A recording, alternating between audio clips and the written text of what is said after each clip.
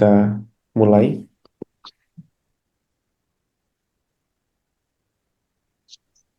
rekan-rekan sekalian, saudara-saudari. Saya izin pakai bahasa sederhana saja supaya bisa dimengerti. Salam kenal, saya Aditya. Saya mengikuti Pak Eras dari sekitar 11 tahun yang lalu. 11-12 tahun yang lalu itu saya pertama kali kenal sama kebenaran kekristenan Tuhan Yesus secara benar itu di sebuah sekolah Alkitab namanya Seminari Battle, sekolah Alkitab Battle. Saya sekolah di situ 4 tahun. Saya bukan dari kalangan keluarga pendeta. Mama saya juga Katolik, tukang kue, tukang kue bolu tape. Saya punya adik ada cukup banyak. Saya punya adik ada 7. Christian Bella Jensen Evan Albert Gilbert Agnes. 7. Saya paling besar, sulung. Tapi papa mama saya memang pisah dari waktu saya usia 3 tahun. Papa saya yang Kristen, mama saya yang Katolik. Saya besar sama mama. Yang tinggal sama mama ini, adik ini ada 4. 3-nya sama papa, 4 ini di sini. Jadi ini adik-adik dari papa-papa yang berbeda dan dari mama-mama yang berbeda. Tapi buat saya karena besar bareng, jadi adik-adik yang dari rumah tuh saya rasa sih seperti adik kandung aja gitu. Dan dari dulu mama saya bilang, adik kandung itu ada yang lahir dari kandungan mama, makanya namanya adik kandung. Oh gitu ya. Saya kan gak tahu namanya anak kecil dibilang gitu. Oh gitu. Terus saya mikir, oh berarti ada yang lahir dari kandungan mama yang lain yang kan papa juga menikah lagi, mama juga menikah lagi. Terus berarti itu bukan adik kandung. Tapi bagaimana sih yang mana sih? Tapi saya pikir akhirnya udahlah, pokoknya semuanya adik lah. Saya besar itu seperti tidak benar-benar punya agama apapun. Karena sekalipun mama beragama Katolik, tapi mama juga nggak ke gereja. Jadi saya cuman tahu-tahu gitu aja. Oh gini ya, gini-gini. Dan dari dulu yang saya tahu itu kalau saya beragama Kristen atau Katolik, katanya selama saya dibaptis, saya percaya Yesus Tuhan, saya percaya Tuhan itu ada, saya tidak ateis, saya tidak sembah patung, nanti saya bisa masuk surga. Sampai satu kali, ada satu pendeta namanya Pendeta Theo Pramono di gereja Tiberias waktu itu. Waktu itu saya muter berbagai gereja gara-gara ikut papa. Kadang-kadang kan kalau lagi nginep di tempat papa, papa tuh bayarin uang sekolah. Jadi papa kasih syarat kalau mau dibayarin uang sekolah seminggu sekali harus ikut. Jadi seminggu sekali saya ke tempat papa, dibayarin uang sekolah, dikasih uang jajan sama nanti diajakin ke gereja. Papa juga pindah-pindah. Mama nggak gereja. Kalau papa pindah-pindah nanti di Tiberias, nanti di GBI, nanti di mana puter-puter. Saya nggak pernah benar-benar seneng di gereja karena gereja itu menurut saya tempat orang-orang diambil uangnya. Karena saya ingat banget waktu itu saya shock. Saya dapat uang jajan dari papa. Terus di gereja ada satu gereja bilang, ini bukan pendeta yang tadi, ini pendeta yang berbeda. Tapi di gereja-gereja sejenis itu dibilang, ayo coba buka dompet kamu. Mana warna terbaik? Nah, karena saya tinggal di Indonesia, warna terbaik waktu itu merah 100.000 gitu. Ambil warna terbaik. Oke, ambil. Saya pikir mau dia apa, dia mau sulap atau dia mau apa nih? Angkat katanya. Oke, saya angkat. Warna terbaik. Warna terbaik lagi, aduh, di dompet saya masalahnya cuma ada satu warna. Itu kayak semacam apa ya, uang jajan mungkin 1 mingguan gitu. Saya sih nggak angkat. Ya udah saya taruh lagi aja sih. Tapi kan yang lain, pada ngangkat semuanya warna merah, merah, merah, merah. Terus dia bilang, nah sekarang berikan yang terbaik untuk Tuhan. Langsung diedarin kantong persembahan. Wah gila, saya bilang ini mah ngerampok halus ya. Semua orang langsung ngasih 100.000, 100.000, 100.000, 100.000. Terus gereja yang sejenis lagi, mereka bikin tabungan surga namanya. Jadi mereka taruh di dekat mimbar. Jadi kan mimbar di depan itu ada kotak-kotak, kotak-kotak, kotak.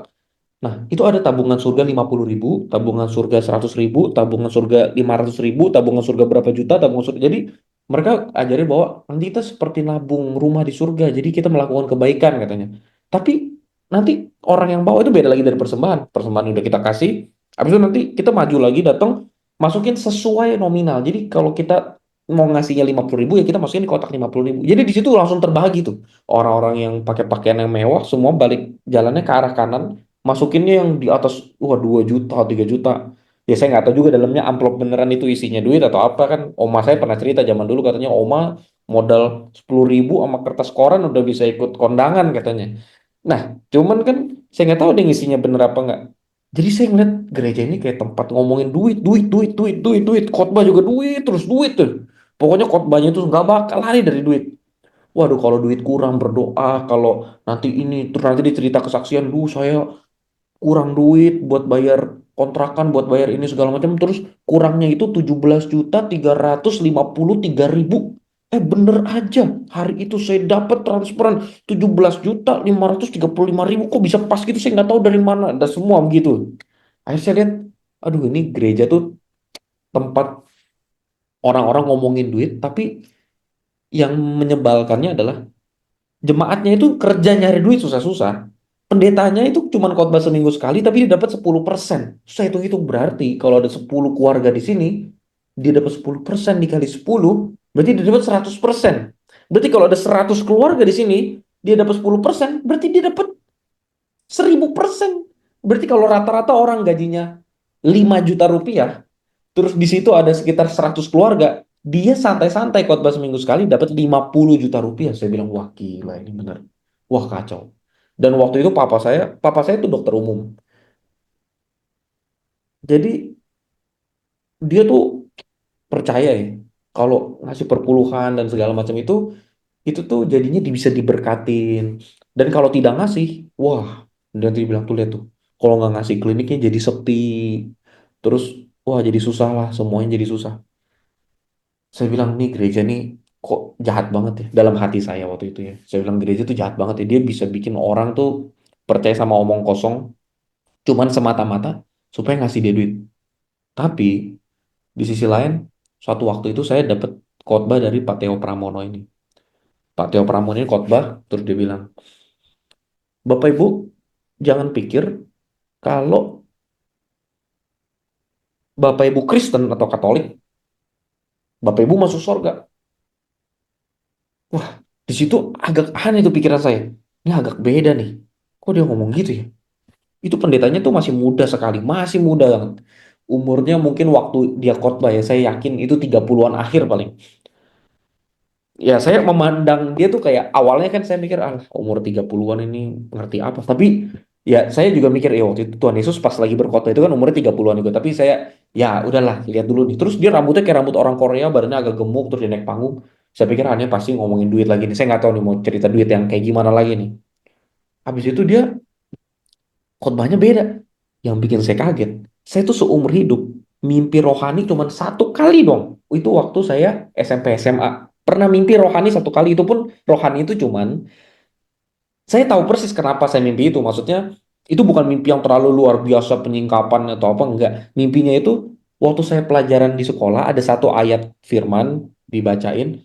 Terus pas saya mungkin pulang sekolah saya kecapean, saya tidur siang, ayat itu muncul terus di kepala saya. Terus saya baru ingat, oh itu ayat itu gitu. Tapi itu pertama kali ayat itu akhirnya dikotbahin lagi di gereja itu sama pendeta Teo Pramono itu.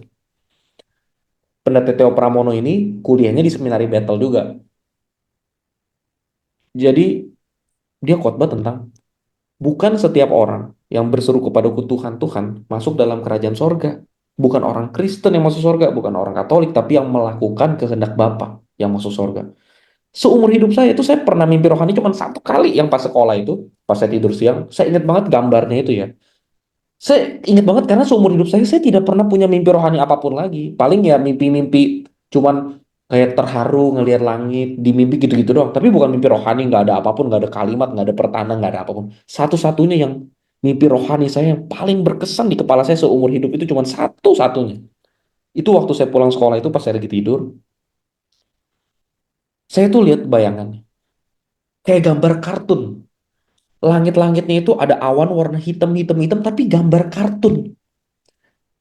Saya udah cukup besar, saya bukan SD waktu itu, saya SMA SMP, saya juga udah nggak nonton kartun SMA. Tapi Waktu itu gambar di mimpi saya tuh gambar kartun, ada awan-awan hitam gitu, kayak gambar kartun. Terus kayaknya suasana tuh dunia tuh kiamat gitu. Cuman satu kalimat, terus-menerus tidak berhenti sampai kepala saya pusing. Kalimatnya cuma gini, bukan setiap orang yang berseru kepadaku Tuhan, Tuhan masuk dalam kerajaan sorga, tapi dia yang melakukan kehendak Bapakku yang di sorga. Bukan setiap orang yang berseru kepadaku Tuhan, Tuhan yang masuk dalam kerajaan sorga, tapi dia yang melakukan kehendak Bapakku yang di sorga. Bukan setiap orang yang berseru kepadaku Tuhan, Tuhan masuk dalam kerajaan sorga. Sampai saya bangun, cuman kalimat itu doang. Terus saya ingat tuh kayak, kok saya familiar, saya inget deh. Kok ini kalimatnya familiar, saya denger dari mana ya? Saya cari di handphone. Waktu itu saya masih pakai handphone Nokia jadul. Saya cari, bukan setiap orang. Pas saya cari, cerut, langsung muncul Matius 7:21. Oh iya, tadi saya ingat hari itu tuh, sebelum saya tidur siang, saya ingat di sekolah itu saya belajar ayat ini memang. Sekolah saya sekolah Katolik. Itu cuma ayat hafalan, nggak dijelasin juga maksudnya apa. Tapi saya nanggap sederhananya, itu kan kalimat sederhana. Sederhananya, bukan orang Kristen yang masuk surga, bukan orang Katolik yang masuk surga, orang yang melakukan kehendak Bapa yang di surga. Saya dulu kan selama ini pikir saya hidupnya tenang-tenang aja. Saya udah, ya walaupun saya nggak sering ke gereja, saya nggak peduli tentang rohani-rohani itu kan, tapi kan saya udah dibaptis, saya dan segala macam. Tapi waktu saya dengar gitu, saya pikir, kehendak Bapak, apaan kehendak Bapak? Orang saya aja selama hidup nggak pernah tahu kehendak Bapak itu apa. Saya nggak baca Alkitab. Kalau mau baca Alkitab, cuman kalau lagi tugas agama di sekolah. Ya kalau ada tugas, saya bikin. Wah, akhirnya gara-gara itu, saya jadi mikir.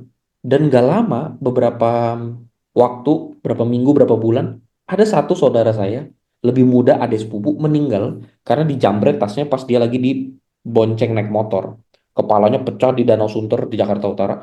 Waduh, itu bikin saya mikir, nih kalau saya mati muda nih, saya mati masuk neraka udah pasti nih. Bukannya karena saya tidak melakukan kehendak Bapak, udah pasti saya tidak melakukan kehendak Bapak. Orang saya aja tidak tahu kehendak itu Bapak itu apa, saya nggak tahu.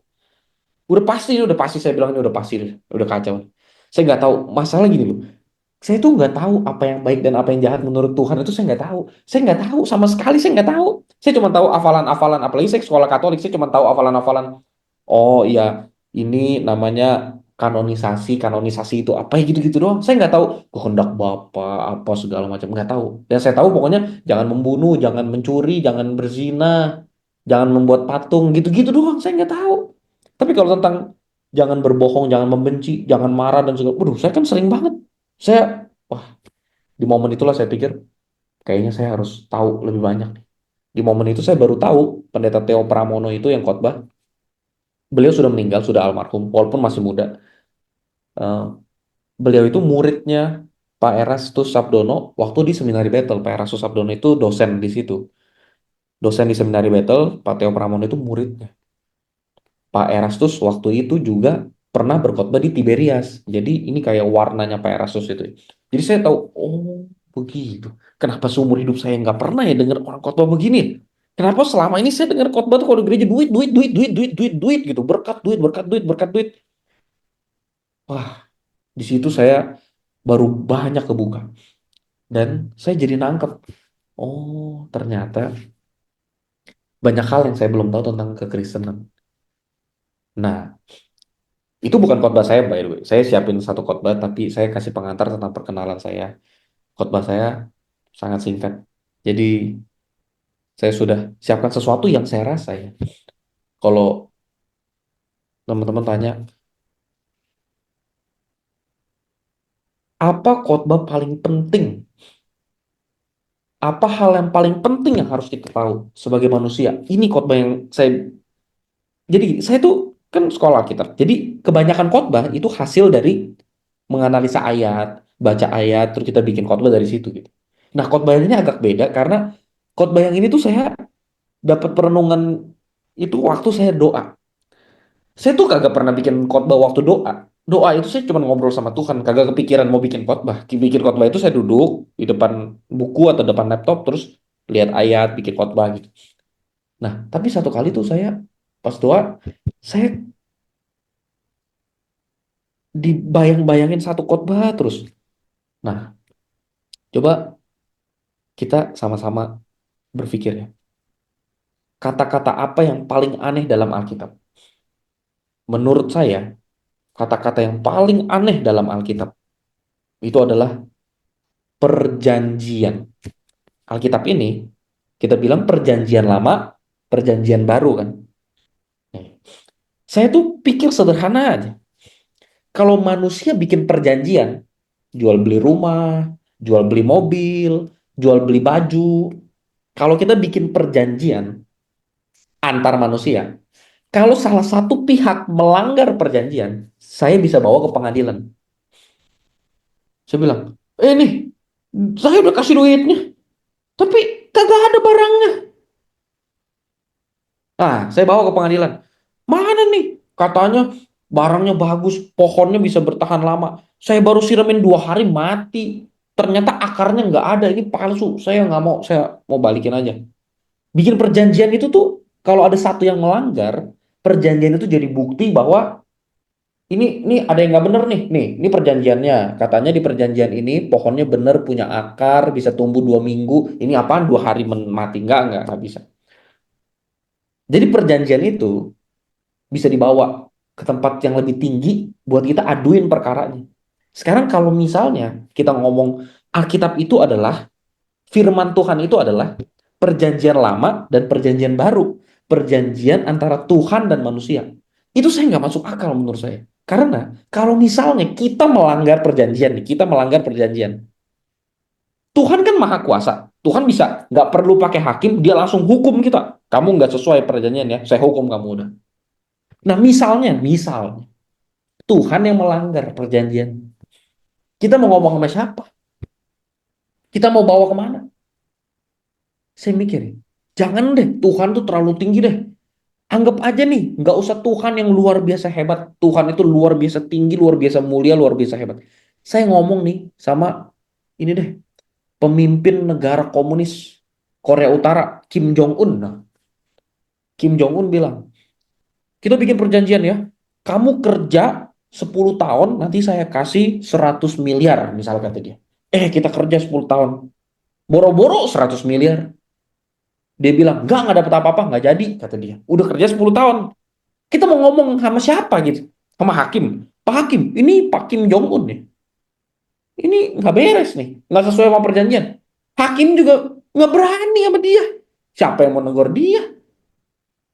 Nah, kalau misalnya kita kerja urusannya sama Tuhan, kalau Tuhan bilang, nggak jadi. Gitu. Misalkan kita sudah hidup baik gitu, aduh, jangankan ini, kita udah hidupnya benar-benar udah kayak orang Buddha tuh. Makan sayur doang, nggak berani bunuh nyamuk, nggak berani bunuh semut. Kita digigit semut aja, aduh, diam, diam, diam, kata Pak RS, diam, digigitin, aduh, diam aja udah, tiup, tiup, tiup, tiup, jangan dibunuh semut kesian. Pas udah mati, boro-boro kita nyakitin orang, semut aja nggak mau kita sakitin. Pas mati, ternyata Tuhan bilang, tidak ada, kamu masuk neraka, gara-gara kamu jelek. Misalnya Tuhan misalnya bilang gitu, misalnya, nggak bisa, kamu jelek, masuk neraka kamu. Kamu orang Indonesia kan? Udah masuk neraka. Hah? Kenapa begitu? Ya udah, pokoknya masuk neraka. Misalnya begitu, kita mau ngomong apa? Kita mau bawa ke siapa? Itu perjanjian omong kosong. Perjanjian itu tuh buat apa dibikin? Kalau satu pihaknya sangat luar biasa tinggi dan tidak ada pihak yang ada di atas dia. Nah, saya jadi mikir ya kan. Tuhan itu kan pribadi yang paling tinggi. Bahkan kita tuh sebenarnya nggak layak bikin perjanjian. Perjanjian apa? Nih, kalau ada, jangankan Tuhan, kalau ada preman bawa pistol atau pisau todong di leher kita, terus dia bilang, kasih semuanya buat saya. Nah, udah kan kita kasih. Ya udah Pak ya. Kita nggak bisa minta, nah, terus buat saya apa? Nggak ada. Nggak ada buat saya apa, nggak ada. Udah kita kasih doang. Kasih buat saya. Kasih pisau. Kasih semuanya buat saya. Ya, kita kasih. Terus Pak, gantinya buat saya apa? Nggak ada. Buat kamu nggak ada. Hidup aja masih untung. Kalau habis dikasih terus dia tusuk kita nggak bisa ngapa-ngapain. Emang habis kita kasih, habis itu dia tusuk kita mau, ikan saya udah kasih, nggak bisa, udah ditusuk, nggak bisa. Kalau sama Tuhan, kita tuh nggak layak bikin perjanjian. Kalau Tuhan bilang, hidup aja udah hidup yang bener, hidup baik. Tapi Tuhan dapat berkat nggak? Nggak ada. Itu pun nggak ada masalah. Karena Tuhan itu pihak yang paling tinggi. Terus jadi mikir, kalau gitu ya, saya nih, saya udah nggak terpukau lagi sama kehebatan Tuhan. Karena Tuhan itu kan terlalu tinggi. Sekarang Mana ada nih? Coba bayang nggak? Ada orang kaya, hartanya dia 1.000 triliun. Terus dia bilang ke kita, anak-anak, adik-adik semua, jadilah orang yang jujur, jangan ngambil uang orang lain. Ya Bapak ngomong gampang, Pak. Bapak punya 1.000 triliun. Kita 1.000 rupiah juga nggak ada. Besok saya harus makan. Saya harus ngambil. Misalnya ada orang ngomong, udah jangan emosi.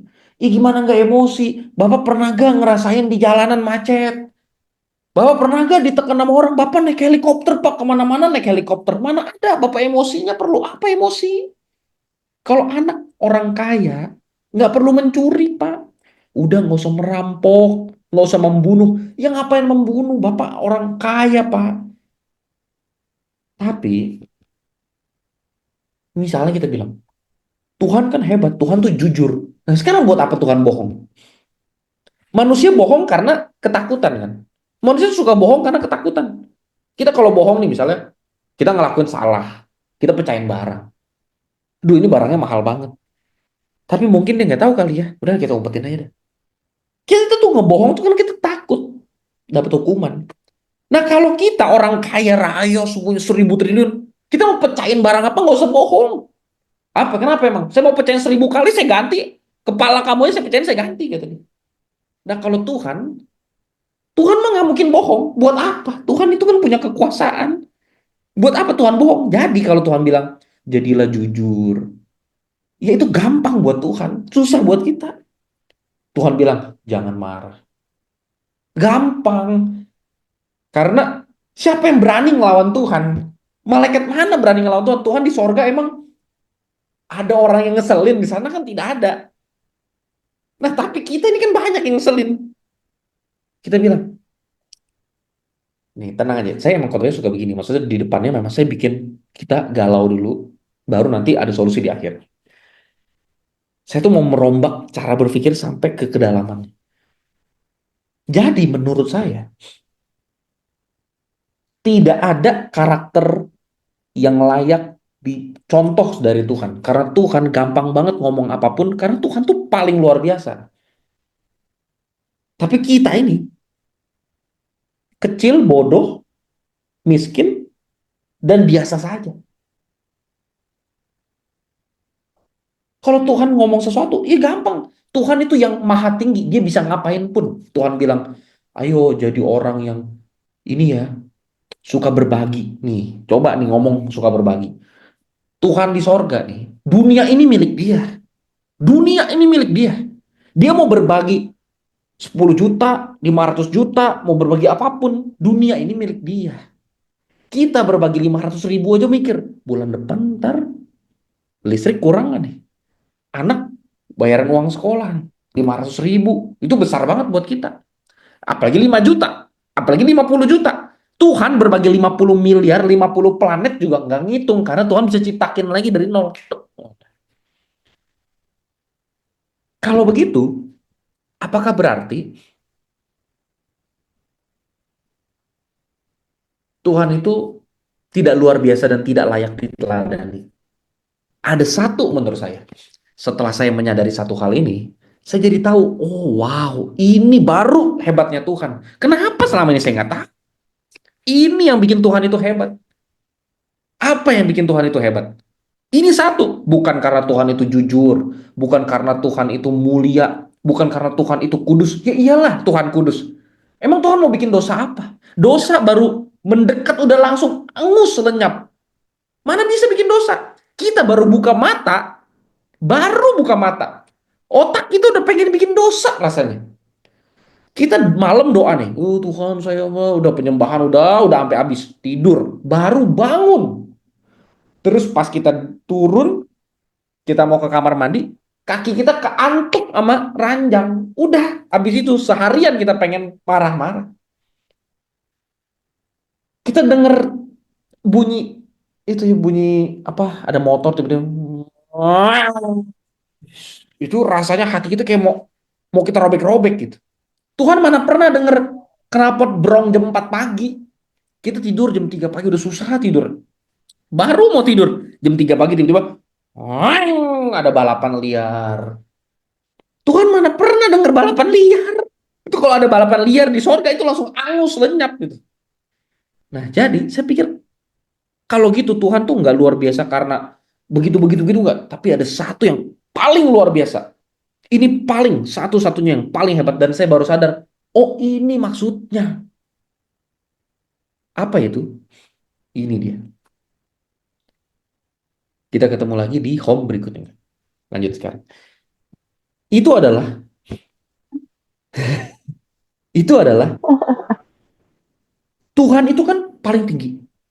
Tidak ada hakim, tidak ada polisi, tidak ada raja di atas Tuhan. Tapi Tuhan yang paling tinggi itu memilih dalam kebebasan dan keluar biasaannya itu dia memilih untuk jadi Tuhan yang adil, Tuhan yang baik. Apa yang lebih luar biasa dari itu, coba? Tuhan itu bisa melakukan apapun. Tuhan bisa aja ciptakan manusia cuman buat dipukul-pukul setiap hari selama-lamanya. Bisa. Tuhan ciptakan manusia cuman buat disuruh baris, terus bola matanya disentil-sentil. Ya oke, mundur, lagi sentil, mundur, sentil. Kalau Tuhan mau begitu, siapa yang mau larang? Misalnya Tuhan mau begitu. Tuhan ciptakan manusia buat Tuhan jambak-jambak aja gitu. Seperti dewa-dewa pada umumnya, dewa Molok lah. Oke manusia, bayi kamu harus dibakar. Misalnya Tuhan mau begitu, bayi kamu harus dibakar. Oh, kamu harus potong tangan kamu untuk hidup dalam kehendakku. Kamu harus potong tangan. Oh, kamu harus menyiksa diri kamu atau apa? Tuhan, kalau Tuhan mau gitu, Tuhan bisa aja. Orang siapa yang mau larang? Tapi hebatnya, yang paling hebat dari Tuhan adalah dari Bapa di sorga dalam konteks ini ya. Dia tuh bebas, tinggi, paling bebas. Tapi dia memilih, tidak disuruh sama siapapun, tidak takut sama siapapun, tidak pengen dapat hadiah apapun, hanya dia pengen. Kenapa Tuhan engkau adil? Karena aku pengen. Kenapa Tuhan engkau baik? Karena aku pengen. Kenapa Tuhan engkau tidak melakukan dosa? Karena aku pengen.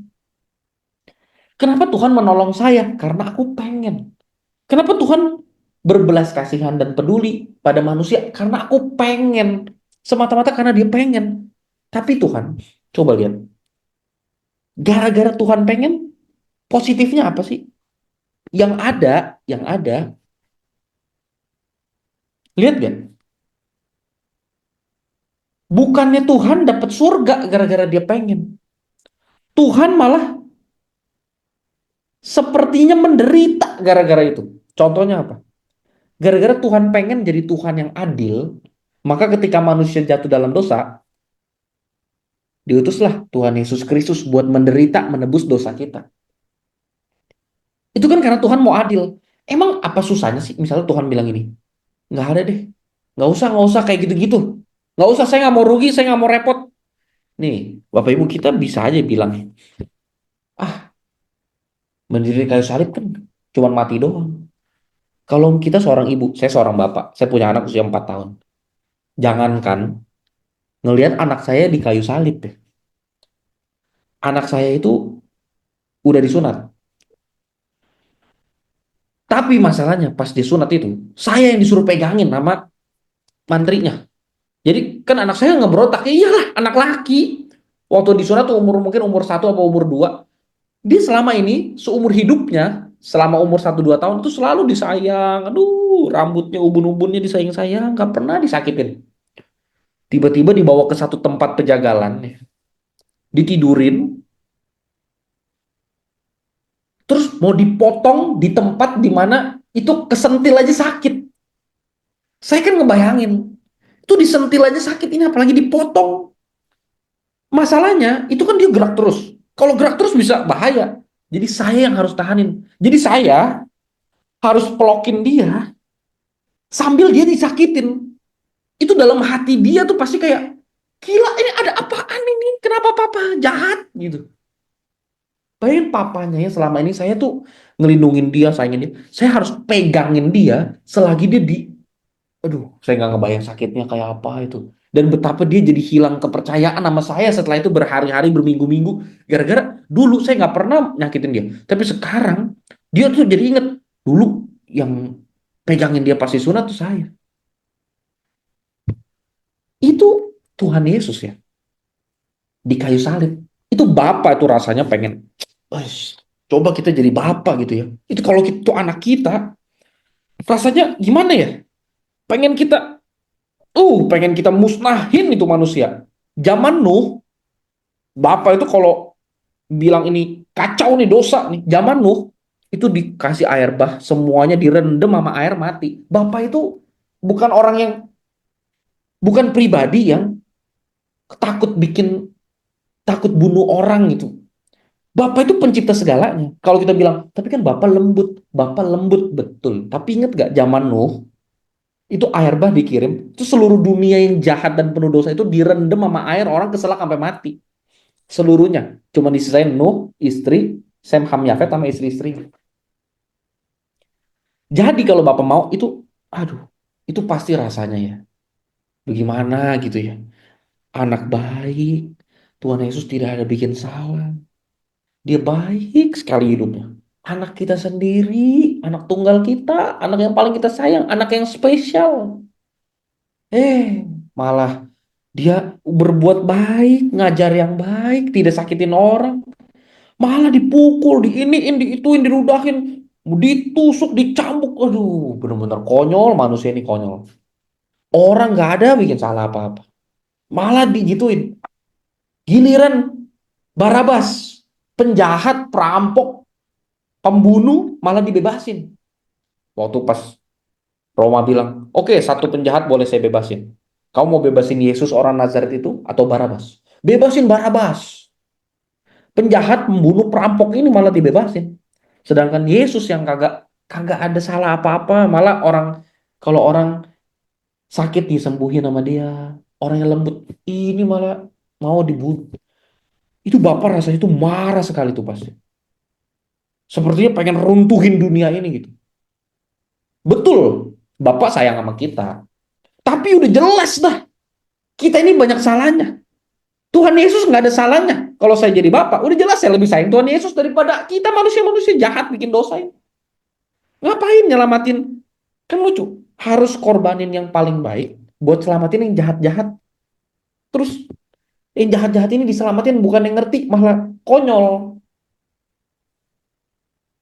Jadi, saya baru nangkep bahwa dari semua ini, kenapa Bapak sampai berkorban begitu? Kenapa Tuhan Yesus sampai berkorban? Tuhan Yesus tuh sama Bapak mau ngajarin kita ini. Kan ingat gak Tuhan Yesus tuh bilang, aduh Petrus, Petrus kan dia pakai pesok, dia dia potong kuping pasukan imam, pemimpinnya. Tuh, kupingnya dipotong. Terus Tuhan Yesus bilang, disembuhin kan kupingnya ditempel. Terus Tuhan Yesus bilang, kamu pikir kalau aku mau tuh aku nggak bisa turunin pasukan malaikat. Kamu jangan so jago. Kalau aku mau, aku bisa turunin pasukan malaikat supaya aku nggak jadi ditangkap. Kalau aku bisa turunin pasukan malaikat supaya aku nggak ditangkap. Aku bisa, kata Tuhan. Waktu Tuhan malam itu mau dibawa tuh, habis doa di Taman Getsemani, malam itu Tuhan mau dibawa. Terus murid-muridnya pengen ngelindungin Tuhan. Tuhan bilang nggak usah pakai kekerasan. Kalau kamu hidup dengan pedang, kamu nanti mati dengan pedang. Kamu lindungin diri dengan kekerasan, kamu akan mati dengan kekerasan. Nggak usah. Kalau aku mau, aku bisa turunin pasukan malaikat, bisa. Tapi aku memilih untuk enggak. Itu hebatnya Bapa, hebatnya Tuhan Yesus. Dia tuh bisa. Dia bisa melakukan apapun, tapi dia memilih untuk tidak melakukan sewenang-wenang dan melakukan sesuai apa yang dia sudah atur dalam dirinya, tatanannya itu. Itu yang hebat. Jadi, saya nangkep bahwa karakter Tuhan yang paling luar biasa itu bukan kebaikan hati, kepedulian, belas kasihan, jujur, berintegritas. Tapi karakter Tuhan yang paling hebat adalah dalam kebebasannya, Tuhan memilih untuk menjadi pribadi yang adil, baik, berintegritas, dan jujur. Karena Tuhan itu bebas. Nah, coba, ingat gak waktu di Alkitab, di kitab Kejadian, kita ini kan diciptakan Tuhan, segambar dan serupa. Kalau di Omera sering banget dibahas tentang Selem Demut, gambar rupa. Saya mau bahas sederhana aja. Kita kan diciptakan segambar dan serupa Tuhan. Apa maksudnya? Kita tuh sering langsung kaitin sama karakter, sama kebaikan, kepedulian, kejujuran, integritas, kekudusan, dan segala macam. Enggak, itu semua bagus. Itu semua bagus.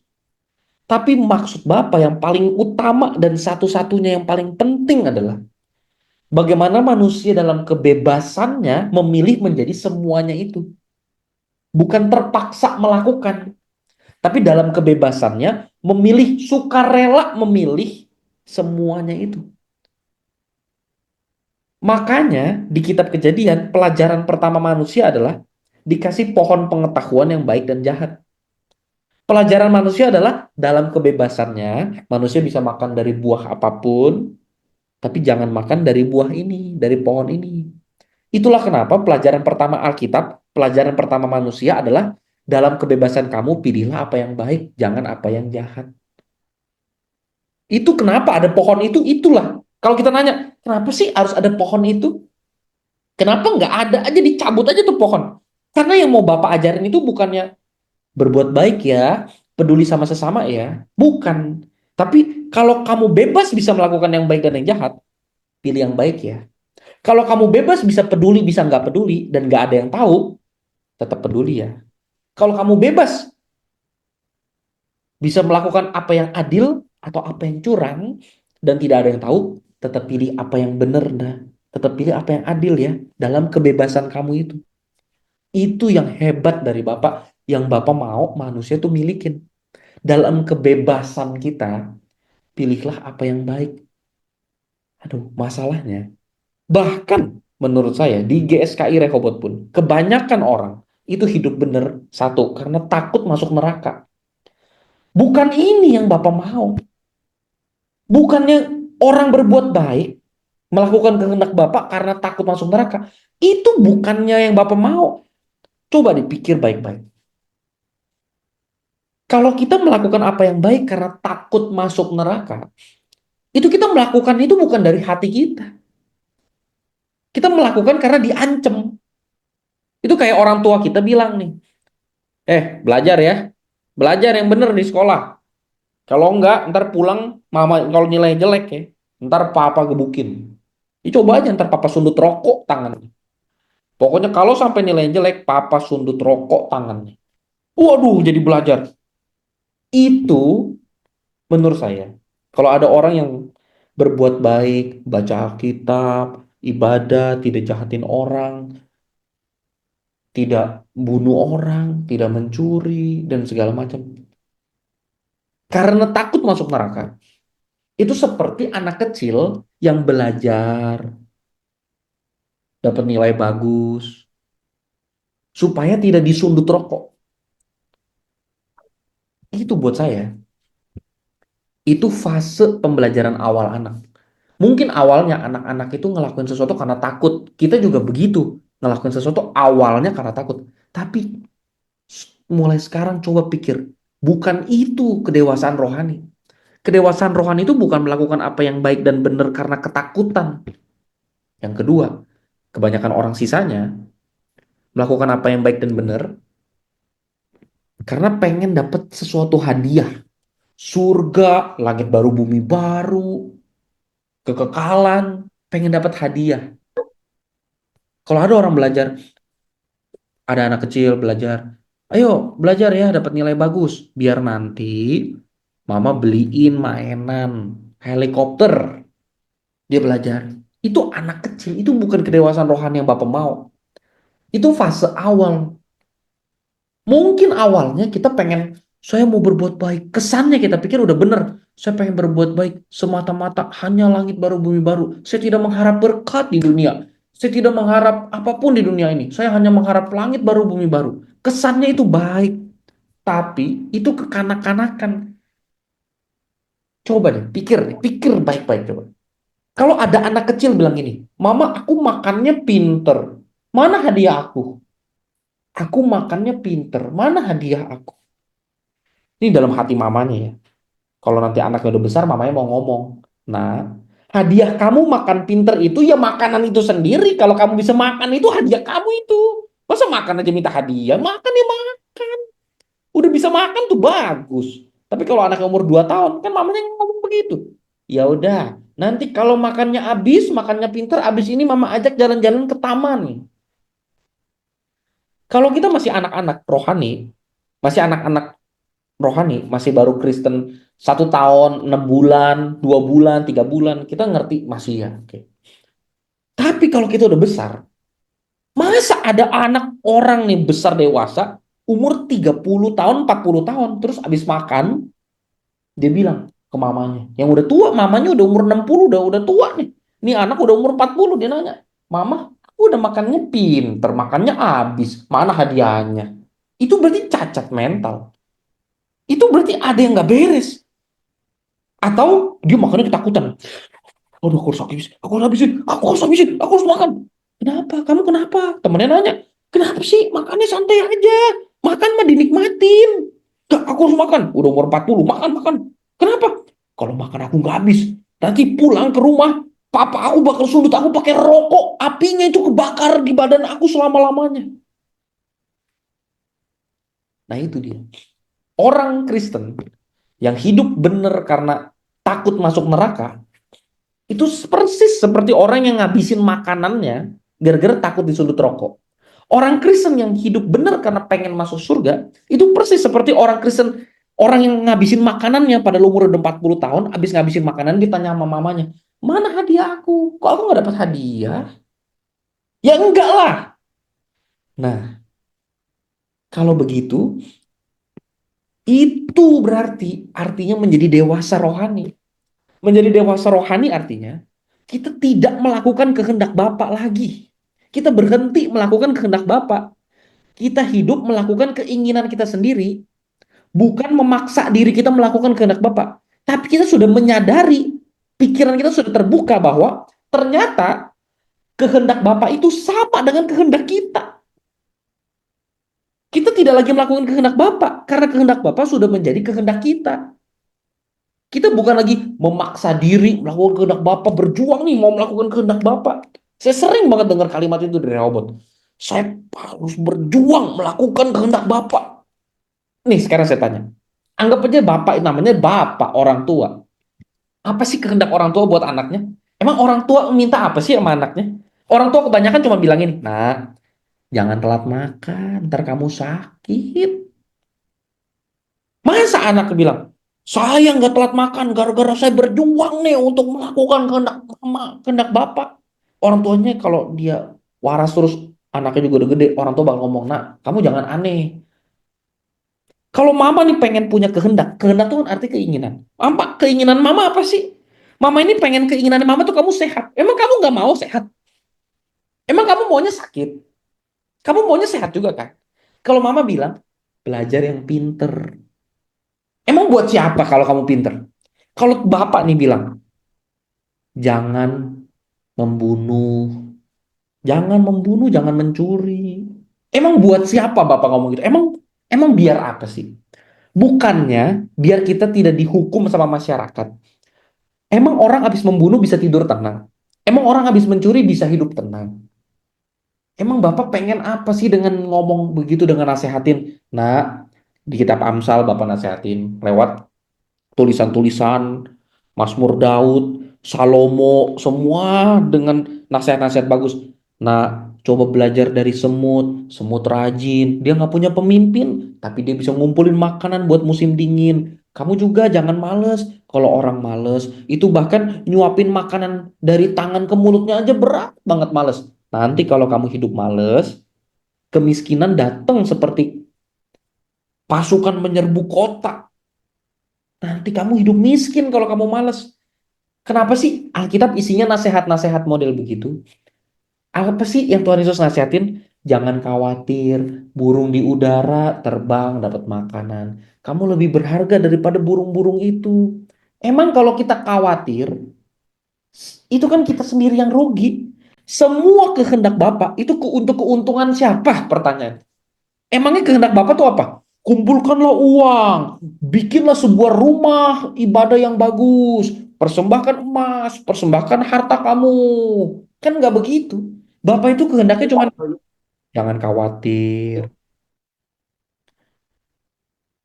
Jangan saling membunuh, jangan membenci. Kan Tuhan Yesus bilang jangan membenci. Kamu tuh kalau membenci, kamu sudah seperti membunuh. Ngapain membenci? Kalau kita membenci orang, itu penyakit kanker tuh langsung jadi bagian dari diri kita. Setiap kebencian itu matiin sel kita. Siapa yang hidupnya lebih bahagia gara-gara membenci? Nggak ada. Hidupnya lebih menderita dan sengsara. Emangnya kalau kita melakukan kehendak Bapa itu ya jangan khawatir, jangan membenci dan segala macam. Siapa yang diuntungkan? Kita, 100% kita yang diuntungkan. Berarti waktu kita masih anak-anak, kita tuh melakukan kehendak Bapa dalam ketidaktahuan kita. Pikiran kita ini bodoh. Kita ini masih anak-anak. Jadi apa itu kehendak Bapak? Kita berjuang melakukan. Oke, Bapak bilang belajar yang pinter, saya belajar yang pinter. Oke, Bapak bilang abisin makanannya, saya abisin makanannya. Semua orang tua sama anak kan gitu. Orang tua emang bergulat sama anak apa sih? Nak mandi, ayo mandi, sore udah mandi. Anaknya nggak mau mandi. Emang mandi biar apa? Biar mamanya makin kaya kalau anaknya mandi kan enggak. Malah buang air kalau mandi. Maksudnya biaya air jadi makin membengkak. Tapi tujuannya mandi biar kamu belajar beradab, tidak bau, kamu mandi. Sikat gigi nanti gigi kamu bolong. Memang kalau giginya bolong siapa yang malu? Kamu yang malu nanti waktu kamu gede. Bukan mama. Mama mah bodoh amat. Mama udah gede mah, udah gede. Kamu gede, coba bisa cari pasangan kalau gigi kamu bolong gitu semua. Ya udah, makanya sikat gigi. Anak kecil melakukan kehendak papa mamanya, keinginan papa mamanya. Itu memaksa diri berjuang. Aduh, saya harus berjuang nih. Memaksa diri melakukan keinginan papa. Kalau kita menyadari kita makin lama makin dewasa, apa yang terjadi? Hidup kita lebih bahagia. Kenapa hidup dewasa itu lebih bahagia? Karena kita menyadari ternyata selama ini yang orang tua kita suruh kita lakukan, itu sesuatu yang baiknya 100% buat kita, bukan buat mereka. Kalau kita belajar yang benar, kita mau habisin makanan kita mandi sore, kita sikat gigi, semuanya buat kita. Nonton jangan terlalu deket nah matanya, nah nanti kamu rusak.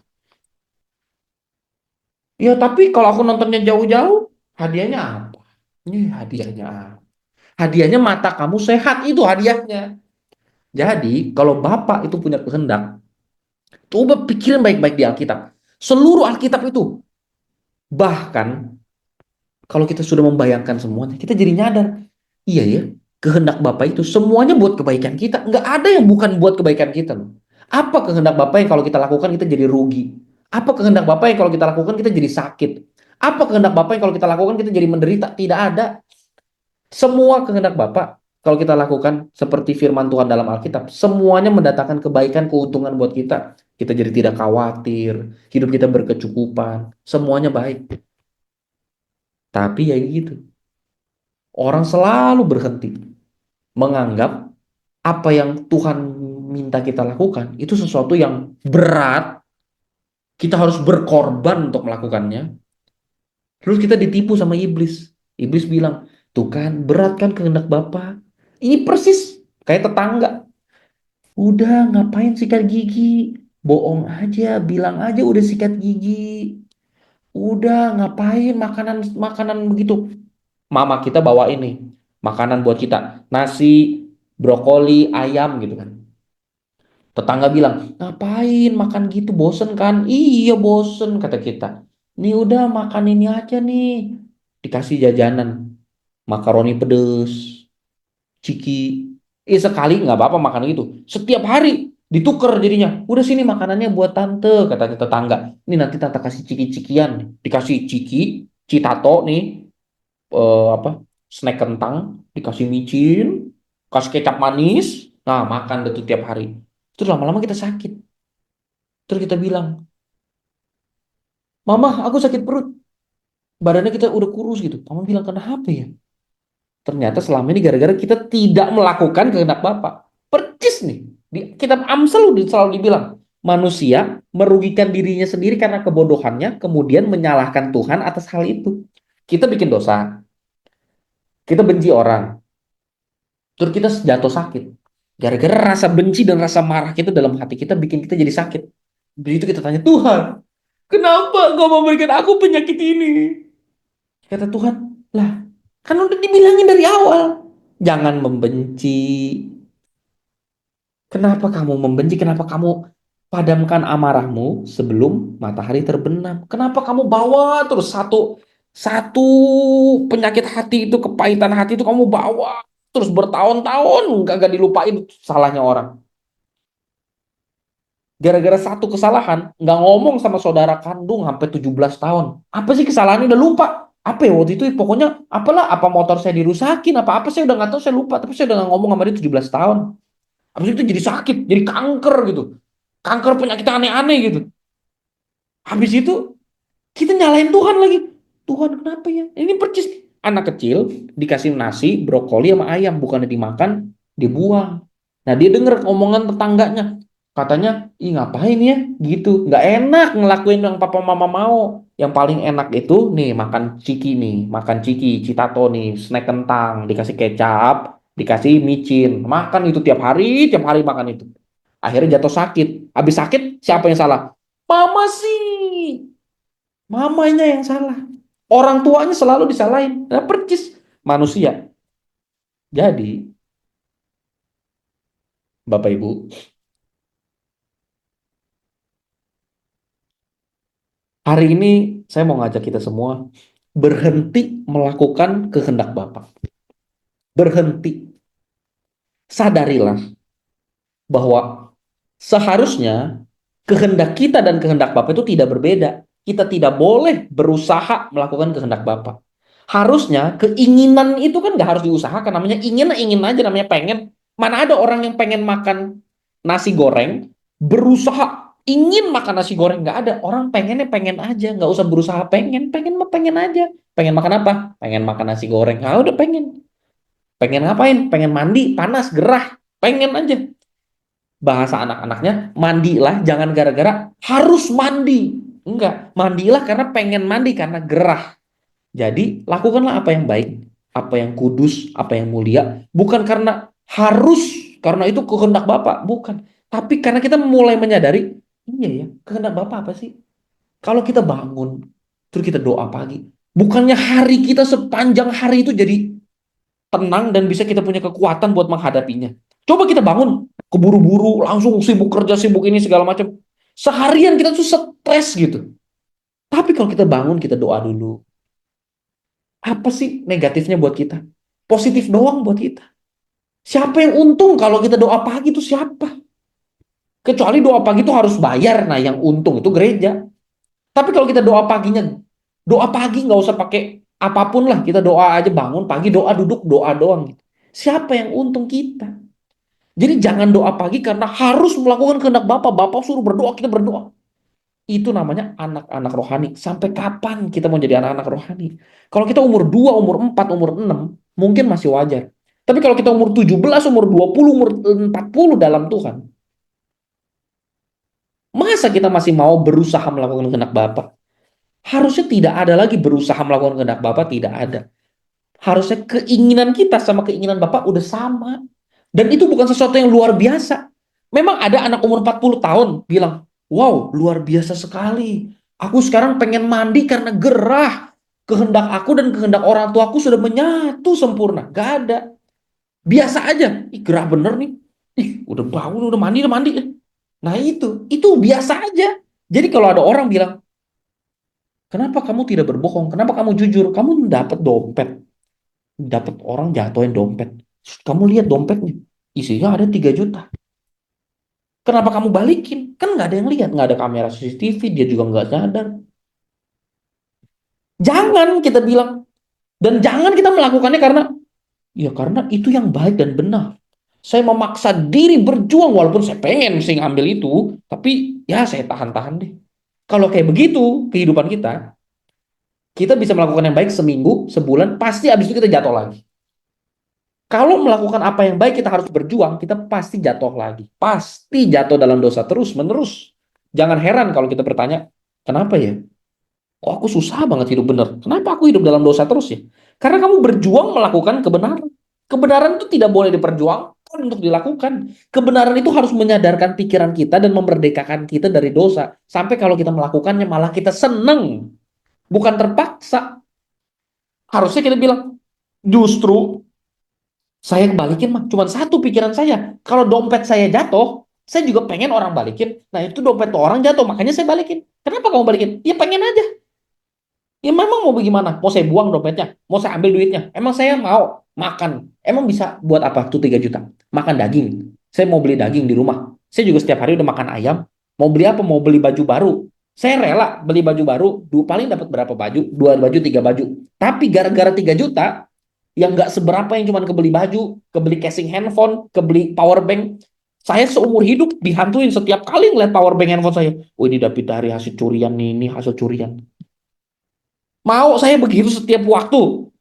Saya juga udah pernah hidup kayak begitu dulu. Udah sering saya ngambil barang orang. Tapi hidup saya jadi nggak tenang. Makanya pas saya lihat dompet itu jatuh, saya balikin. Saya kagak mau lagi hidup nggak tenang begitu. Udah dah. Saya udah kapok. Udah dari dulu saya salah. Sama nih kayak anak kecil. Kenapa sih? Yang anak kecil lama-lama udah besar ya. Kayak udah kita mungkin udah umur 30, 40. Kenapa? Kok kamu sejam malam umur 40 kan kamu? Kenapa kalau tidur sikat gigi? Iya dulu waktu kecil ya. Saya sempet tuh jarang sikat gigi. Bolong. Harus dicabut.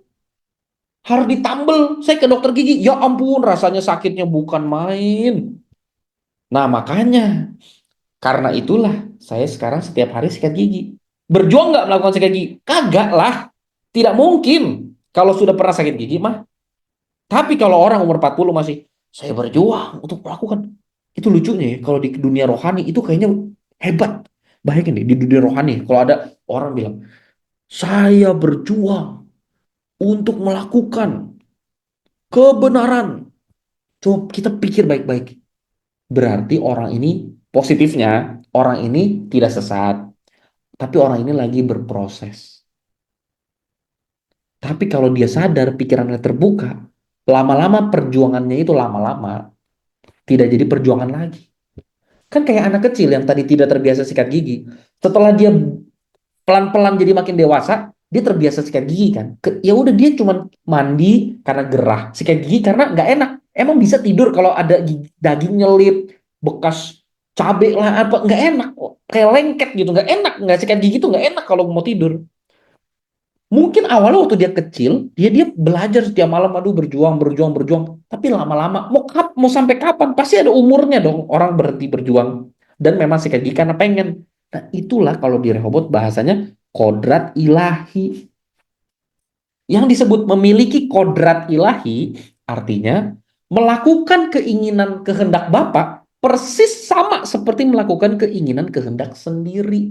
Kita akan tetap melakukan apa yang baik, apa yang benar, apa yang jujur, apa yang mulia, apa yang agung, sekalipun tidak ada yang lihat, sekalipun melakukan itu semua malah mendatangkan ketidaknyamanan hidup.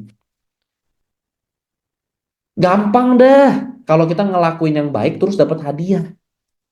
Tapi gimana kalau kita lakuin yang baik tapi malah dipersangka buruk sama orang? Masihkah kita lakukan yang baik? Kita sudah lakukan yang baik, orang malah pikir kita lakukan yang jahat.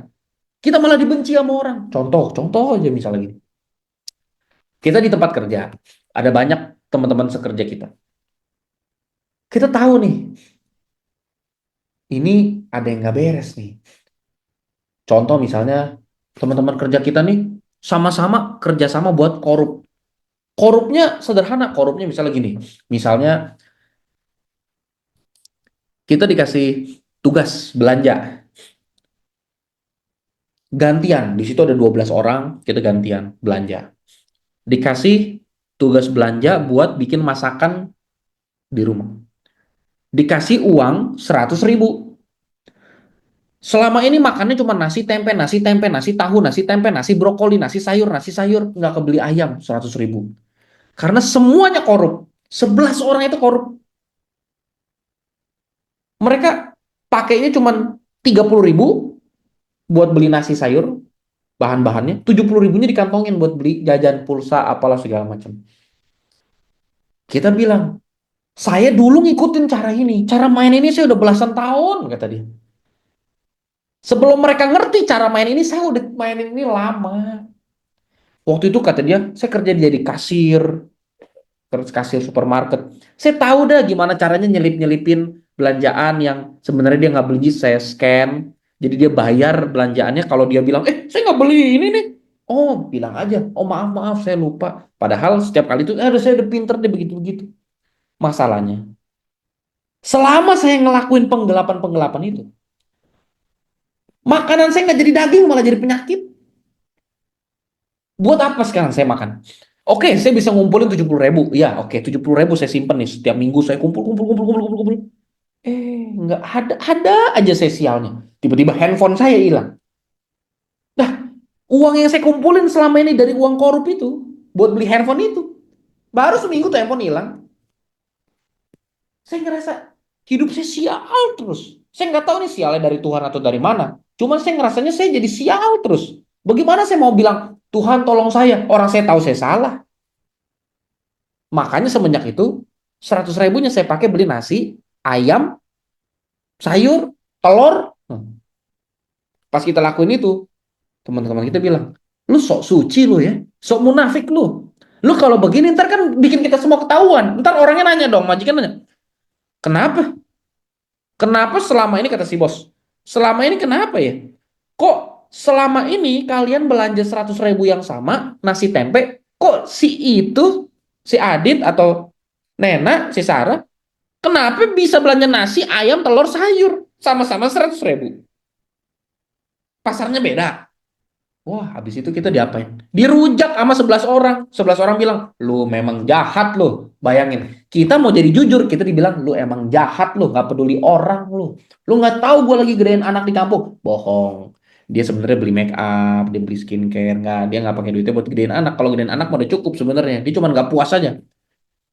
Kita bilang. Terus kalau kita ada di lingkungan begitu, itu kan udah kejadian, aduh, di seluruh dunia ini begitu. Yang orang yang baik malah dibilang jahat, malah dihukum. Masih gak kita jadi orang yang baik? Atau udahlah bodo amat deh. Ya udah bodo amat, ya udah terjadi terjadi aja deh. Nah, jadi maksud saya hari ini saya cuma pengen kita jadi menyadari bahwa melakukan kehendak Bapa itu tidak boleh diusahakan, diperjuangkan. Kalau kayak begitu, pasti kita jatuh bangun, jatuh bangun, jatuh bangun, jatuh bangun. Mau gak kita punya kehidupan rohani yang tidak jatuh bangun? Tuhan Yesus itu nggak jatuh bangun. Tuhan Yesus itu bangun terus setiap hari, makin lama makin meningkat terus. Nggak bikin dosa, bertobat, bikin dosa, bertobat, bikin dosa, bertobat, bikin dosa, bertobat. Nggak begitu. Itu bukan progres. Progres itu kita maju terus. Kita pasti bisa bikin salah, udah pasti, itu udah pasti. Tapi kalau kita cuman bangkit lagi, jatuh bangkit, jatuh bangkit, jatuh bangkit, itu mah bukan progres. Mana ada orang nanam bikin rumah nih.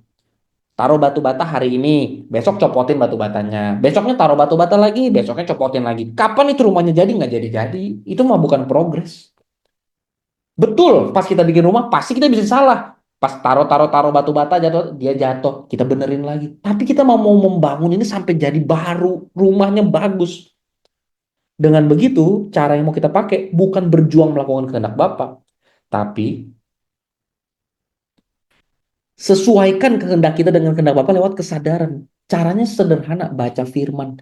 Kalau kita baca firman, dengar khotbah, punya komunitas begini, kita jadi kebuka. Iya ya, berarti selama ini sebenarnya kehendak Bapa, keinginan Bapa supaya kita masuk surga itu apa sih?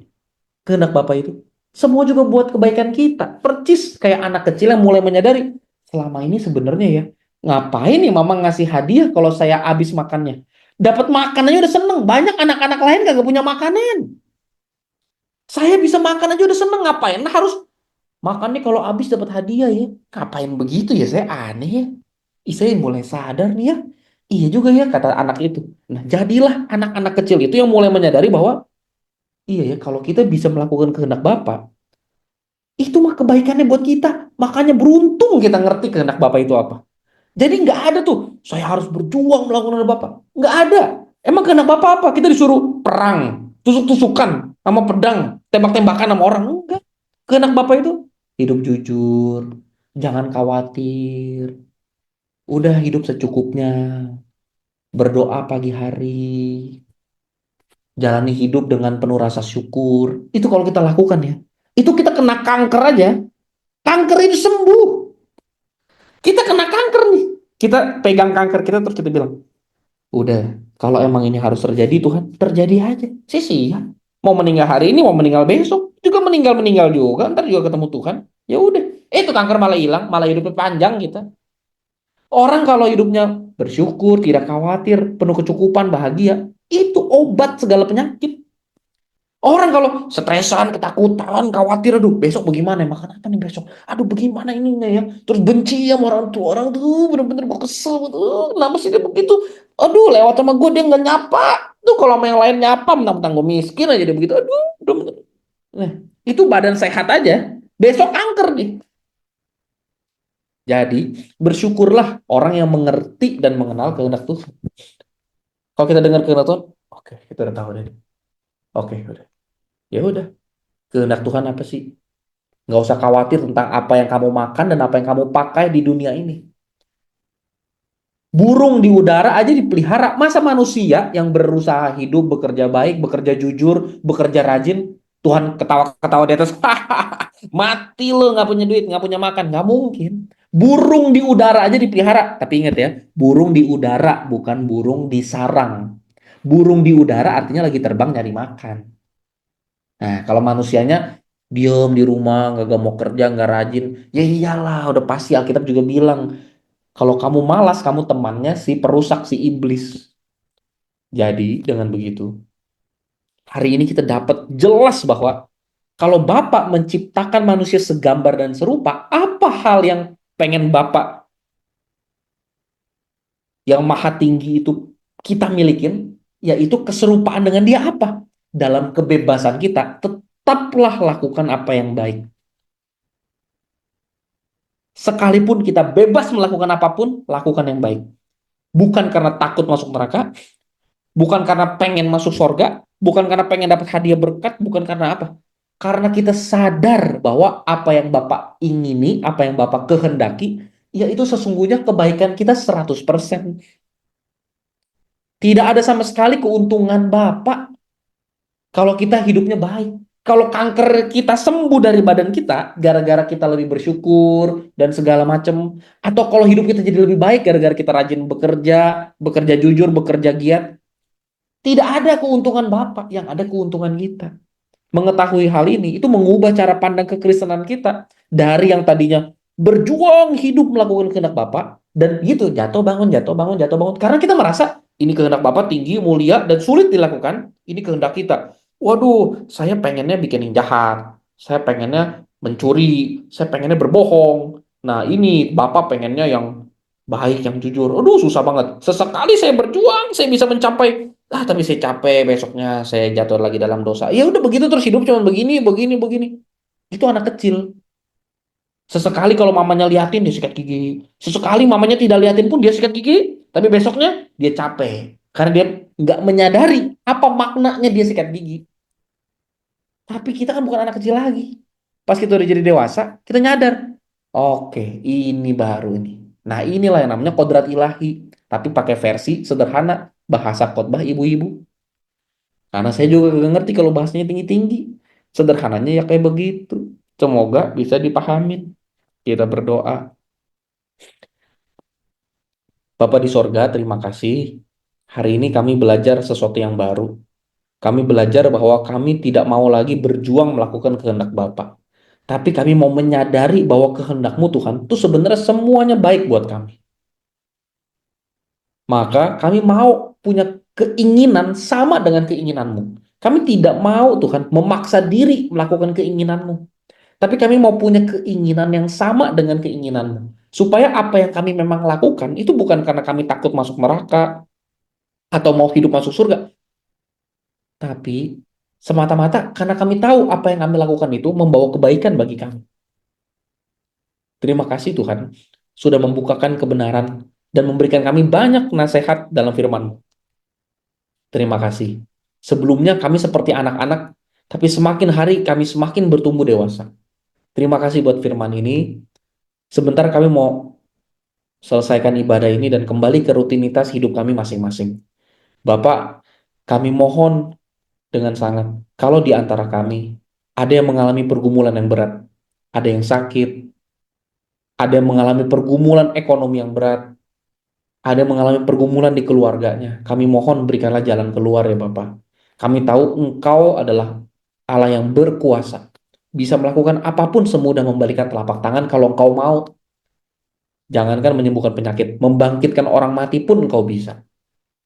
Kami mohon Bapa, berikanlah kesembuhan bagi di antara kami yang sakit dan jalan keluar bagi di antara kami yang memiliki masalah. Tapi kami juga tahu, terjadilah pada kami seturut rencana dan kehendak-Mu. Apapun itu kami siap karena kami tahu itu pasti yang terbaik. Mau sembuh maupun tetap sakit, mau hidup maupun meninggal, maupun dalam kecukupan ataupun hari ini kami kurang makanan, kami tahu kami dalam pemeliharaan-Mu yang sempurna. Kami mau melakukan apa yang menjadi bagian kami sebaik-baiknya. Di luar itu, di luar yang bukan bagian kami serahkan semuanya ke dalam tangan-Mu. Kami terima apapun yang Kau rencanakan dalam hidup kami. Terima kasih Bapa, kami bersyukur dan kami berdoa di dalam nama Tuhan Yesus. Amin.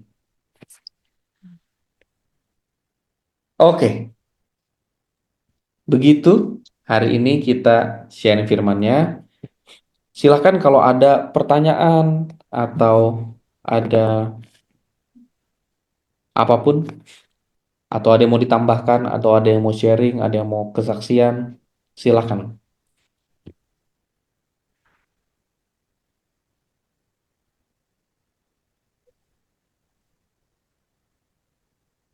Eh,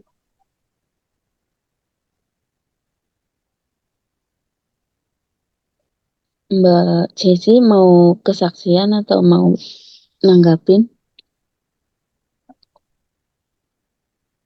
Oh, oke, oke. Terima kasih banyak, Pastor Aditya, untuk eh, nasihat dan firman-Nya pada malam hari ini. Dengan senang hati. Ya, juga terima kasih untuk waktunya ya, untuk kami, eh, untuk Pastor sudah menyempatkan buat kami semua. Terima kasih. Iya, di sini apa dari yang tadi Pastor sampaikan, Jess menangkap bahwa eh, melakukan kehendak Bapak berarti melakukan seperti apa yang Bapak lakukan dan pikirkan. Itu yang dia tangkap tadi, apa yang Pastor sampaikan. Ini dan melakukan segala sesuatu karena memang sudah menjadi naturalnya. Kalau dalam bahasanya Bapak mungkin ini yang disebut sebagai kodratnya gitu ya. Jadi melakukan segala sesuatu sebagai kodratnya, seperti itu. Dan kehendak bebas untuk kita harus memiliki kehendak bebas yang hanya untuk memilih segala sesuatu yang baik. Iya, jadi dari tadi yang tadi Pastor sampaikan semuanya itu ya, jadi memang disampaikan secara terbalik ya, jadinya memang telinganya harus benar-benar dipasang ini tadi. Jadi seperti itu. Terima kasih sekali, Pastor. Ini Terima kasih, satu Cek. hal yang baru yang saya terima pada hari ini, yang saya boleh tangkap pada hari ini. Jadi menyampaikan se- mengenai kehendak Bapak, tapi dengan cara yang terbalik. Makanya di sini saya satu pengalaman yang luar biasa. Terima kasih banyak, Pastor. Terima kasih, Sangat Mbak memberkati. Terima kasih, terima kasih. Oke, terima kasih. Silakan, Sepo, Kak Balan. Murni. Terima kasih. Silahkan kalau ada Oke, yang lain yang mau menanggapi. luar Oke, biasa. selamat malam, Halo, Pastor Pak. Aditya. Ini saya Sarah ya, sangat memberkati, sangat amat memberkati buat saya pribadi. Selama ini mindset saya mungkin juga tidak terpikirkan sampai sini, bahwa kita berjuang untuk melakukan kehendak Tuhan, kehendak Bapa. Itu kita, kalau aku pakai caraku, aku bilang jatuh bangun, ya gitu. Tapi dengan pencerahan malam hari ini, mindset saya benar-benar terbuka. Kiranya apa yang kita pelajari hari ini ya, apa yang kehendak Bapak itu kan yang terbaik untuk setiap kita. Dan mungkin mindset saya akan aku arahkan gini, itu akan menjadi gaya hidup. Karena apa? Itu adalah yang terbaik untuk kehidupan kita, gitu. Dan kalau kita menjadi gaya hidup yang seperti itu tidak menjadi beban. Yang Pastor Aditya katakan, proses kita itu enggak ada yang maksudnya bangun terus dijatuhkan lagi, bangun dijatuhkan lagi. Proses itu naik gitu. Dan itu sangat memberkati cara saya berpikir mungkin ya itu akan mengubah perjalanan hari-hariku ke depan untuk kita mengiring Tuhan. Biarlah itu menjadi gaya hidup, bukan menjadi proses, bukan tertekan kita melakukannya itu gitu. Terima kasih Pastor Aditya ya. Selamat malam dan berkati. Tuhan berkati. Oh, saya suka ini Om ini. Kelihatannya kalau bapak-bapak itu kayaknya lebih teologis. Ternyata enggak, ibu-ibu lebih teologis ya. Karena bapak-bapak itu suka diskusi hal-hal yang nggak penting. Saya baru sekitar 2 minggu yang lalu itu ngunjungin Om Eras di Singapura. Om Eras kan lagi ada sakit. Ya, saya punya pengalaman yang saya rasa cukup dekat sama Om Eras karena selama bertahun-tahun, setidaknya 4 tahun, 5 tahun, itu saya setiap hari pasti ke rumah Om Eras. Saya beresin perpustakaannya, saya masak bareng Om Eras karena dulu saya tuh hampir jadi calon mantunya Om Eras lah. Saya tuh pacaran sama anaknya Om Eras yang Stefani Erastus. Nah, di situ saya banyak belajar dan yang paling hebat adalah saya tahu persis di mana Om Eras tinggal, seperti apa rumahnya Om Eras, dan saya tahu persis itu tempatnya. Om Eras tuh bisa tinggal di tempat yang 10 kali lebih besar dan lebih nyaman. Itu di dalam gang. Saya parkir di situ masuknya buset, susah banget. Jadi saya tahu persis Om Eras itu kalau bantu orang, bantu saya, bantu orang lain, dia tuh bisa kasih uang tunai itu langsung nih 10 juta, nih 30 juta, udah bayar kontrakan rumah kamu udah ini. Tapi dia sendiri rumahnya masih nyicil dan itu di dalam gang sempit di samping masjid dan itu ruangannya sempit itu. Aduh, benar-benar lebar rumahnya Om Eras itu kalau parkir mobil cuman bisa 2 3 mobil. Tapi benar-benar 2 3 mobil tuh yang spionnya nempel sama spion gitu ya. Jadi lebar rumahnya itu paling berapa ya? Berapa belas lah gitu. Ya udah sempit gitu. Tapi saya tahu Om Eres tuh punya uang banyak sekali. Saya tahu kalau bayaran MAG, bayaran sewa tempat ibadahnya yang bisa ribu-ribuan jemaat itu bisa buset berapa miliar itu setiap bulan. 4 miliar mungkin setiap bulan. Gede banget di Mall Arta Garing itu function hall-nya. Tapi rumahnya kecil gitu. Jadi yang saya lihat ya, Om Eres itu salah satu pribadi yang benar-benar menghidupi dan saya tuh sangat diberkati karena saya ngelihat Om Eras itu melakukan semua apa yang dia korban itu dengan senang hati tanpa yang tadi Sarah bilang tertekan. Itu dia, itu di situ saya dapat Om Eras tuh nggak ada yang ngelakuin doa atau ngelakuin kebaikan atau apa gara-gara tertekan atau jatuh bangun atau apa, enggak. Om Eras tuh nggak kayak gitu. Om Eras itu kayak gitu gaya hidup itu, dia ngelakuin tuh seneng, dia ngebantu orang, dia tuh tidak ngerasa, aduh kenapa ya saya tinggal di rumah sekecil ini. Enggak.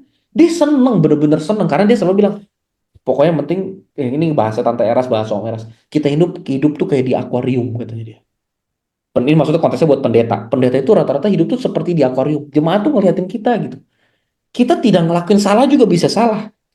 Jadi, persis kayak kata Rasul Paulus, kalau gara-gara makan daging persembahan berhala, saya membuat jatuh atau tersandung iman orang-orang yang tidak kuat. Seumur hidup saya nggak perlu makan daging dah, kata Rasul Paulus. Jangankan daging persembahan, seumur hidup saya nggak usah makan daging. Kalau gara-gara hidup mewah, itu bikin tersandung orang, udahlah seumur hidup nggak usah hidup mewah deh. Nah, saya lihat ya, terus 2 minggu lalu itu pas saya ketemu, Om Eras memang di bagian kiri semuanya aktif. Kakinya bisa kayak tendang bola, semua bisa. Tangannya juga udah gerak. Tapi tangan yang kanan, kaki kanan, tangan kanan nggak bisa bergerak. Dan ngomong tuh masih sangat sulit sekali. Sangat sulit ngomong. Tapi yang pasti, ini yang pasti ya. Jam 4:30, Om Eras itu sudah pakai baju. Sekalipun masih dibantu dengan suster buat pakein baju dan sebagainya. Tapi selalu 4:30 pagi, tidak pernah putus. Dia berdoa. Padahal, buset, ngomongnya tidak bisa.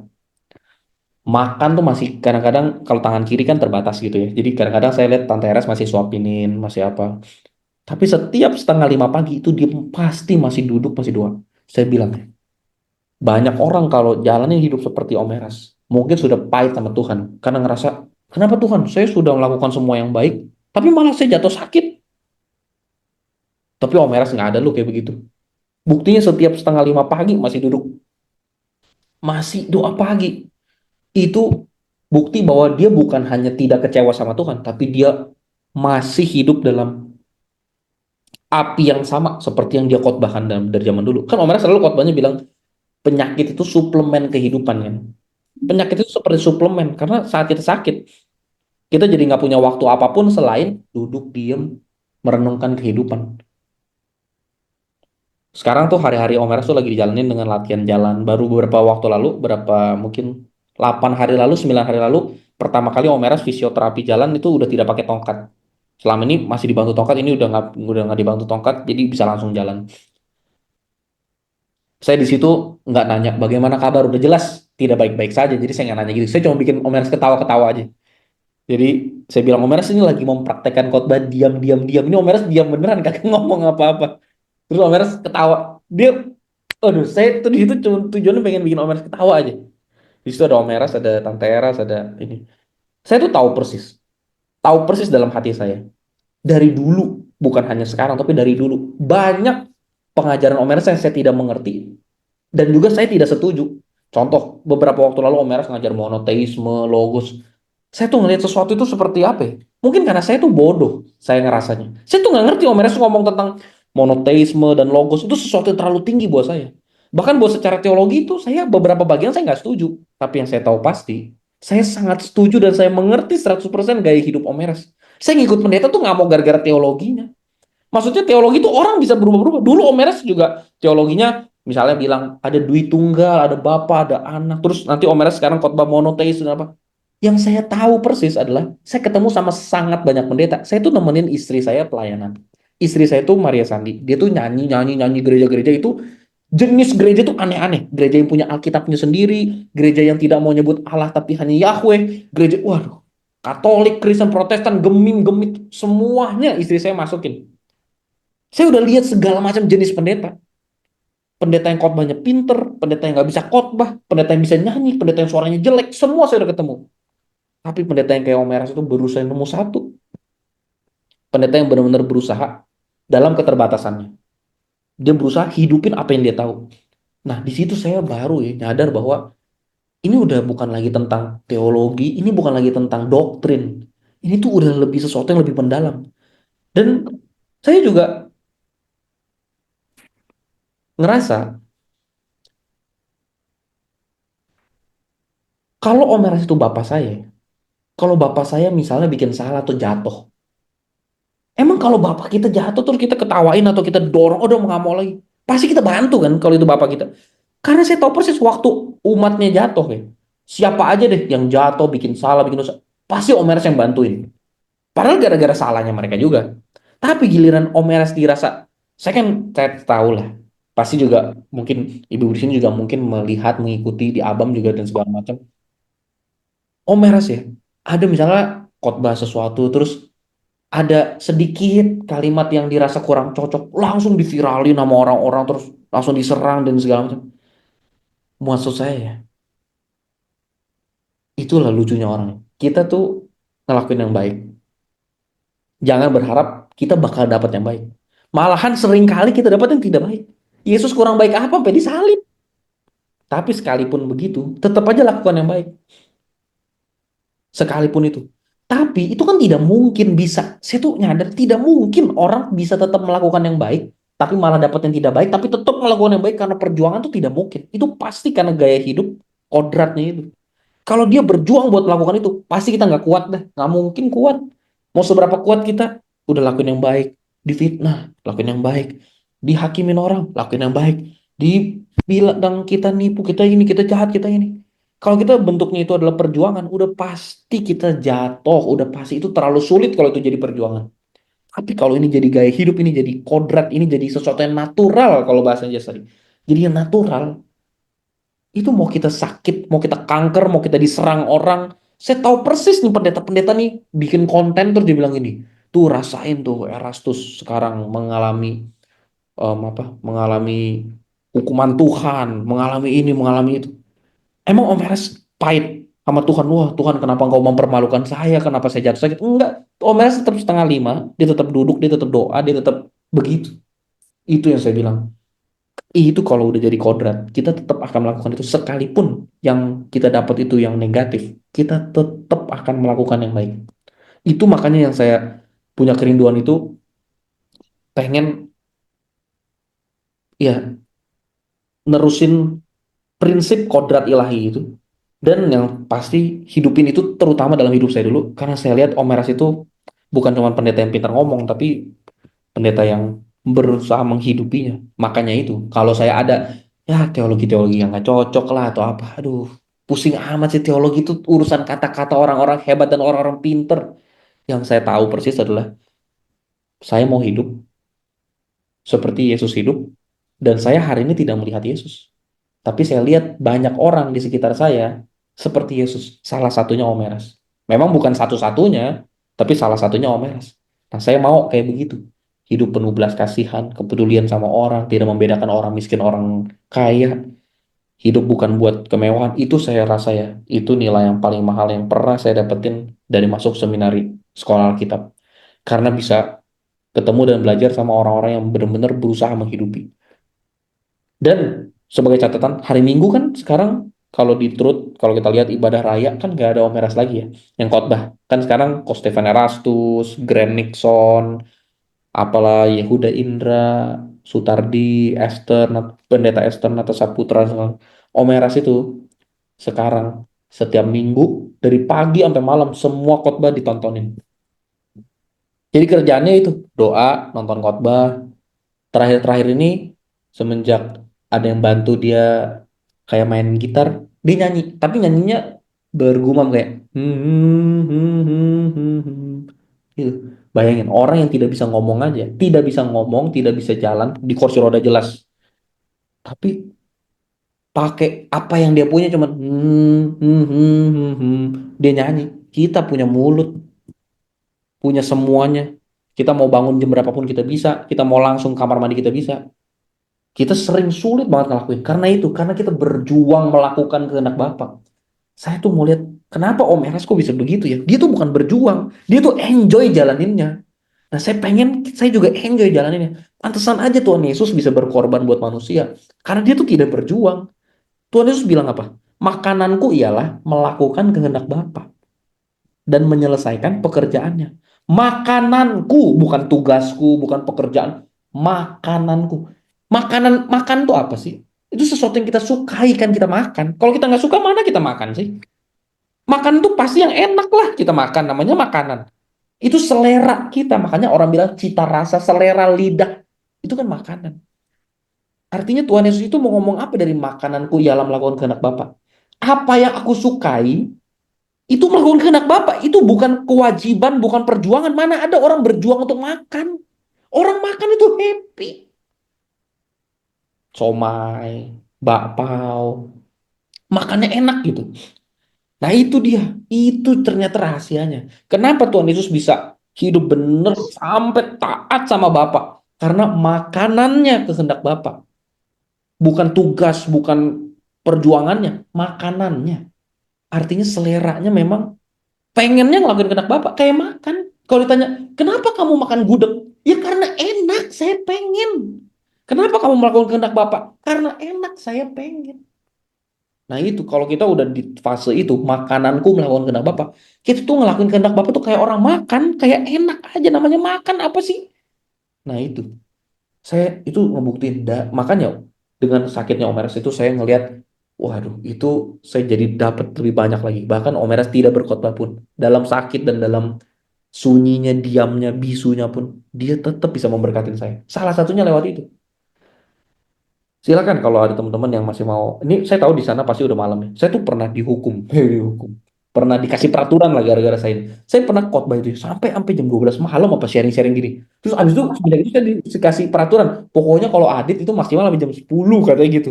Nah, cuman kan saya anak muda, namanya muda, emang bandel-bandel dikit. Jadi ya udah. Saya jadi kalau masih lolos-lolos lebih dari malam itu ya udah, saya mah tetap aja. Jadi saya nggak ada masalah. Kalau em, sudah mau istirahat, kita istirahat. Kalau mau itu, tapi kalau masih ada yang mau sharing, saya sangat terbuka. Tangan terbuka. Silakan. Mbak Nena, mau sharing atau bagaimana?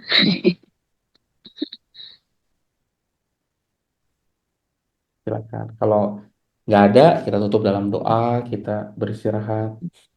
Tapi kalaupun ada yang mau di-share ataupun mau ditanyakan, itu lebih penting sebenarnya. Karena sejujurnya, kalau kita hanya mendengar firman, udah selesai itu ya. Sayang kita ngumpul malam-malam begini di Zoom. Mendingan kita rekam, kita upload di YouTube. Nah, kita bisa nonton kapanpun kita mau. Apa enaknya kita komsel ngumpul malam-malam gini supaya kita bisa diskusi sesuatu yang tidak bisa kita obrolin. Emang kalau kita lagi khotbah atau dengan kan, nah tahu Abam kan? Nah, Abam. Itu kan serunya Abam itu gara-gara orang nanya, bisa berinteraksi, bisa nanya gitu. Ada sesuatu yang dibingungin, bisa ditanyain. Saya tahu sekarang udah nggak ada Abam ataupun Abam dibantu dijawab sama siapa. Saya nggak pinter-pinter banget, tapi apa yang saya ngerti, saya bisa bantu jawab kalau ada pertanyaan yang tadinya mungkin mau ditanyakan ke Abam atau apa, silakan. Saya nggak yakin jawaban saya benar atau sesuai mau meres. Cuman seenggaknya saya mungkin punya jawaban saya sendiri yang bisa saya bagi kalau ada. Kalaupun nggak ada masalah. Ya, kalau sudah tidak ada, minta tolong Pak Aditya untuk tutup dalam doa dan mendoakan Pastor Erastus. Terima kasih Pak Aditya. Terima kasih Mbak Murti, Mbak Wina, Mbak Jess, Mbak Lisa, Mbak Nena, Mbak Vivi, Mbak Sarah, Mbak Hindra Judit. Terima kasih juga Bu Vivi tadi ya. Bu Vivi masih ada. Bu siapa? Alin, Bu Alan yang sudah keluar ya. Ya. Teman-teman sekalian, kita tutup dalam doa. Tuhan terima kasih, pertemuan ini sudah selesai. Kami juga bersatu hati mendoakan Gembala Sidang kami, Pendeta Dr. Erastus Sabdono, yang sedang masa pemulihan. Tuhan, seperti khotbah-khotbah yang selalu beliau ajarkan, kami menyerahkan beliau sepenuhnya dalam kehendak-Mu. Tentu kami berharap Engkau menyembuhkan beliau. Tapi apapun yang terjadi, kami tahu itu yang terbaik buat beliau dan buat kami. Seperti hidup kami juga Tuhan, dalam semua masalah yang kami hadapi, kami berharap mendapatkan masalah ini, semua tuh jalan keluarnya ada. Tapi apapun itu Tuhan, kehendak-Mu, rencana-Mu yang terjadi. Dengan penyakit kami, dengan masalah kami, apapun itu kami tahu yang terbaik sudah Kau izinkan terjadi, dan kami tahu yang terbaik sudah Kau rencanakan untuk akan terjadi. Terima kasih untuk malam ini. Di dalam nama Bapa, Putra, Roh Kudus, di dalam nama Tuhan Yesus, kami bersyukur, kami berdoa. Amin. Terima kasih. Amin. Kita sampai Terima Terima kasih. kasih, Pastor. memberkati. Cia. Tuhan memberkati. Selamat malam, Tuhan berkati. Bye. Bye. Bye. Bye bye.